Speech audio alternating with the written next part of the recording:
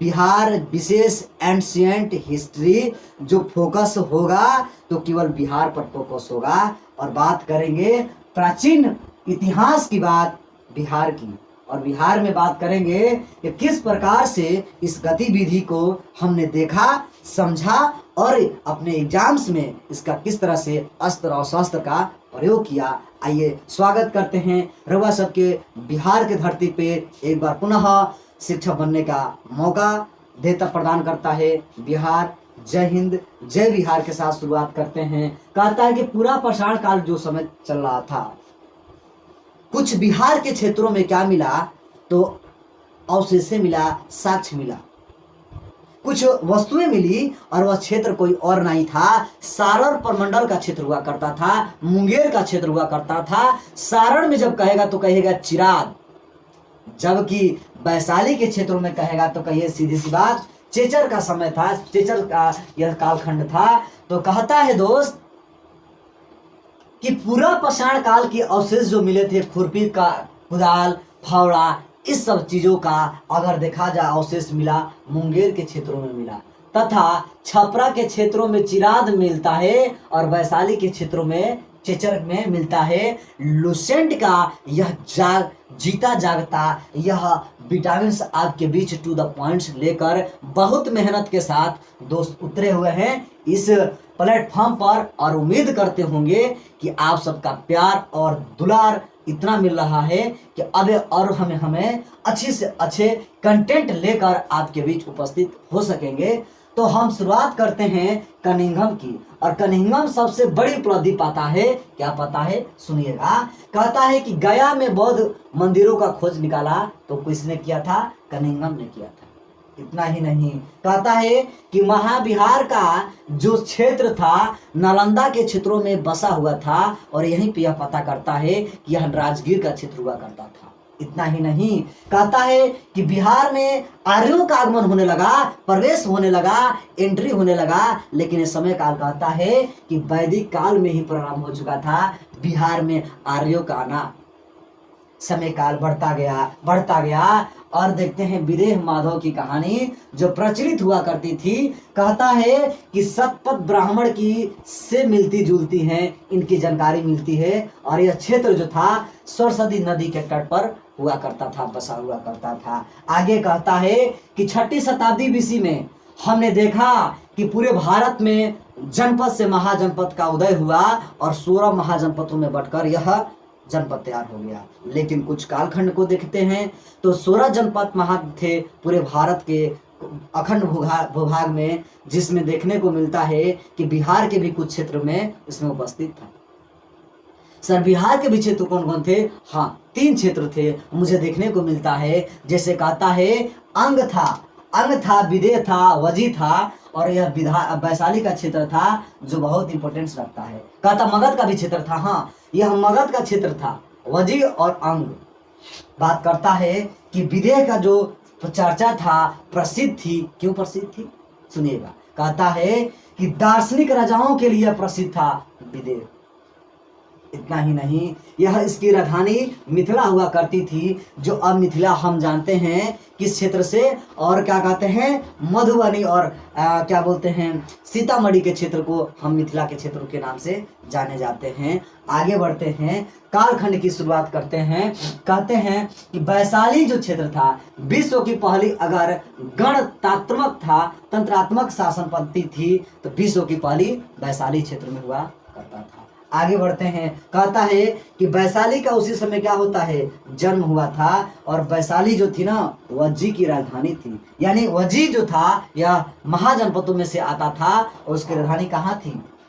वैशाली थी। लेकिन क्वेश्चन पूछता है अंग भी था एक महाजनपद, लेकिन चंपा इसकी राजधानी बनती है, और चंपा राजधानी बनने के दौरान हम देखते हैं कि बिंबिसार ने इसे मगध में मिलाने का कार्य किया। गतिविधि आगे बढ़ती गई। जब एंशिएंट हिस्ट्री में जब मैं बिंदुसार राजा शत्रु की कहानी काल गाथा काल को जब लेकर आपके बीच आऊँगा, क्लियरिटी और होती जाएगी। यह तो अभी शुरुआत है। बात आगे बढ़ती चली जाती है और कहता है कि जो आधुनिक जो समय है भागलपुर और किधर का क्षेत्र, तो आपको पता होगा कि भागलपुर वह मुंगेर का जो क्षेत्र है, मुझे जो देखने को मिलता है तो वह प्रमाणित होने का प्रयास करता है कि किस प्रकार से यह जो है भागलपुर का क्षेत्र और यह मुंगेर का क्षेत्र जो है देखने को मिलता है। अब देखिएगा, यही भागलपुर और मुंगेर का क्षेत्र है, यह होता है भागलपुर नीचे की तरफ जो बिहार को दो भागों में बांटने का प्रयास करती है, तो यह मुंगेर और भागलपुर का क्षेत्र का था, मगध का क्षेत्र हुआ करता, कहाँ अंग का क्षेत्र हुआ करता, और पटना नालंदा का क्षेत्र को हम देखते थे कि क्या, तो यह मगध का क्षेत्र के नाम से जाने जाते हैं। समय काल आगे बढ़ती चली जाती है और बिहार स्पेशल की कुछ मस्ट तथ्य आपके बीच हम प्रस्तुत करने का प्रयास करते हैं और इसी कालखंड में स्टार्ट करते हैं कि बिहार में अगर सबसे ज़्यादा जूट का उत्पादन हुआ तो बिहार कितने स्थान पर रहा भारत में, तो कहेगा कि दूसरा उत्पादन रहा भारत में। बिहार में भारत जो है बिहार का उत्पादन करता है जूट में, तो दूसरा। फिर कहता है भारत के बाद कि त्रिवेणी नहर का उद्गम किस नदियों से होता है। त्रिवेणी नहर जो बनी किस नदी पर बनी, तो कहता है कि गंडक नदी पर बनी। फिर कहता है कैमूर का पठार जो था बहुत प्रसिद्ध माना जाता है। यह क्षेत्र जो जियोग्राफी से उठाया हुआ है, तो कैमूर की जो पठार है जिसे हम क्या कहते हैं भभुआ जिला के नाम से जानते हैं, और उत्तर प्रदेश के क्षेत्रों का क्या करता है, यही कवर करता है। कैमूर, भभुआ, रोहतास, गया, नवादा, यह जो क्षेत्र है हम देखते हैं कि उत्तर प्रदेश को भी साझा करता है। और इसके साथ साथ हम देखे हैं कि वेस्ट बंगाल को भी थोड़ा बहुत इधर का क्षेत्र, बांका का क्षेत्र कवर करता है। और देखिएगा तीन ही तो क्षेत्र है, पूर्णिया और किशनगंज और क्या बोलते हैं, पूर्णिया, कटिहार और किशनगंज जो है वेस्ट बंगाल को साझा करता हुआ आगे बढ़ता है। आगे बढ़ता है तो कहता है कैमूर का पठार किसके लिए प्रसिद्ध जाना जाता है, तो कहता है यह चूना पत्थर के लिए प्रसिद्ध जानता है। कैमूर का क्षेत्र जो भभुआ का क्षेत्र के अकॉर्डिंग से आता है। बिहार का सबसे बड़ा अगर वन्य जीव अभ्यारण्य मिलता है तो कोई और नहीं, कैमूर वन्य जीव अभ्यारण्य मिलता है। फिर क्वेश्चन पूछेगा कि भारत में बिहार में एक ही मात्र टाइगर रिजर्व है, उसका नाम क्या है, तो जानते हैं वाल्मीकि टाइगर रिजर्व है, जो कहाँ पे है, बिहार का सबसे बड़ा जिला पश्चिमी चंपारण है। और पश्चिमी चंपारण में जो है कि यह क्या है, तो क्या बोलते हैं टाइगर रिजर्व है, जो वाल्मीकि टाइगर रिजर्व के नाम से जाना जाता है। फिर कहता है कि बिहार के सोमेश्वर पर्वत जो श्रेणी था वो किस काल का था, निर्माण किया गया था, तो कहता है प्लेटोसीन काल का। यह सोमेश्वर के भी पहाड़ी के नाम से जाना जाता है। जो क्षेत्र बनता है कहाँ पे, तो सही सी बात है, कहिएगा कि यह क्षेत्र बनता है नेपाल, पश्चिमी चंपारण, पूर्वी चंपारण और सीतामढ़ी के क्षेत्र को कवर करता है। आगे बात करते हैं कि छोटा नागपुर के पठार जो किसमें आ गया है, झारखंड में आ गया है, कि जंगली मुख्यतः वनस्पतियां जो पाई जाती थी, तो कहाँ पाई जाती थी, तो यह सीधी सी बात कहिएगा यह झारखंड के क्षेत्रों में पाई जाती थी। आगे बढ़ता है और कहता है कि जो कि औरंगाबाद गौतम बुद्ध वन्य जीव अभ्यारण्य जो है बिहार में सबसे प्रसिद्ध है, लेकिन यह कहाँ पे आयोजित है, कहाँ पे स्थित है, कहाँ पे ये उपस्थित है, गौतम बुद्ध वन्य जीव अभ्यारण्य। तो सीधी सी बात कौन से इसका प्रयोग करेंगे, गौतम बुद्ध, अच्छा बौद्ध गया में डन, तो गया में होगा। आगे बढ़ते हैं। अब हम बहुत पूछते हैं कि बिहार के कुछ प्रमुख फसलें थी, बिहार के प्रमुख फसलें थी, जो एक नंबर पे आता है गेहूं, चावल, दूसरे नंबर पे गेहूं और तीसरे नंबर पर मक्का आता है।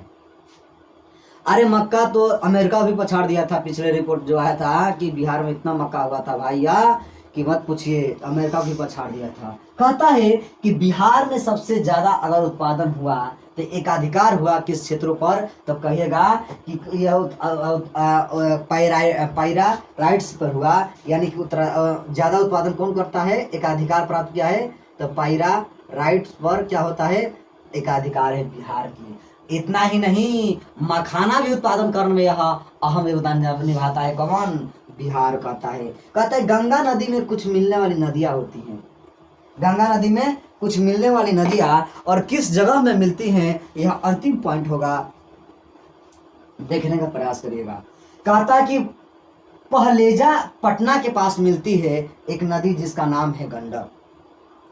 पहलेजा पटना के पास मिलती है एक नदी जिसका नाम है गंडक, जबकि कहता है लेबियरगंज जो मिलती है, और लेबियरगंज से जो मिलती है यह कहाँ मिलती है, कौन है, तो सारण के पास मिलती है। आगे बढ़ता है, कहता है कि बिगवारा पटना के पास जो मिलती है, गंगा नदी मिलने वाली जो नदियां होती हैं, इस प्रकार से हमको देखने को मिलता है। आगे बढ़ते हैं, कहता है गंगा नदी जो 445 किलोमीटर दूरी का साझा करती है, कहाँ में भैया, तो बिहार में करती है, जबकि अगर पूरी कही जाए तो 2525 किलोमीटर की यह दूरी तय करती है, उत्तराखंड से लेकर कहाँ तक, तो बंगाल की खाड़ी तक। डन। आगे बढ़ते हैं, कहता है कि संयुक्त जो बिहार था ना, हाँ, संयुक्त बिहार और उड़ीसा के विधायी प्राधिकार की स्थापना कब किया जाता है। पिछले बीपीएससी में क्वेश्चन पूछा हुआ था, तो सीधी सी बात कहिएगा कि यह क्षेत्र समय था 1913 का। अगर स्क्रीन पर दिखाई देता होगा तो समय काल एक और आता है, जैन संगीतिया, जो बिहार में जैन धर्म से संबंधित यह प्रमुख आयोजन किया गया। कहता है कि जैन समिति अगर देखा जाए तो जैन समितियां जो थी दो इस प्रकार से देखी जाती हैं। कहता है कि 320 पूर्व में पाटलिपुत्र में होता है, और क्या होता है, तो अस्तल गुप्त के शासनकाल में यह अपनाई जाती है, होती है। जबकि अगर देखा जाता है यहीं पे प्रथम जैन संगीतिया में, तो दिगंबर और श्वेतांबर जो है जैन धर्म बढ़ जाता है, दो अंगों में बैठने का विभाजन होने का कारण बनता है, कहाँ, प्रथम जैन संगीतिया। इसमें दिगंबर और श्वेतांबर, कुछ लोगों ने पुरानी अवधारणा अपनाया, किसी ने नया धर्म को अपने उसमें सम्मिलित करने का प्रयास किया, और यही जो है विडंबना का उत्पन्न होता है, जैन धर्म टूटने लगता है, पहले ही यह संगीति में डन हो जाता है, यह क्लियर हो जाता है। बात करता है कि दूसरी जो वलाभी में हुआ था, और वलाभी में जो होता है देवर्धि क्षमा श्रवण के अध्यक्षता में होता है, जो इस प्रकार की गतिविधि देखता है कि धर्म को ग्रंथों के साथ क्या करता है, लिपिबद्ध कर देता है। यह दूसरी जो कि यह वलाभी में देखने को मिलता है। तो आज के सेशन पे यहीं पे समाप्त करने का प्रयास करते हैं दोस्तों, और नेक्स्ट पॉइंट हम एंशिएंट के जो कुछ टू द पॉइंट्स आएगा, और मॉडर्न हिस्ट्री का जैसे लोटा विद्रोह, समनाली विद्रोह की तमाम क्वेश्चंस आपके बीच टू द पॉइंट्स लेकर आएंगे, और थोड़ी डिटेल्स में बताने का प्रयास करेंगे, जो कथन स्टेटमेंट हो जाएगा तो आपसे एक क्वेश्चन छूटना ना पाए। तब तक के लिए टेक केयर, शुभ रात्रि, गुड नाइट। रात्रि को बज चुका है 12, तो टेक केयर, धन्यवाद।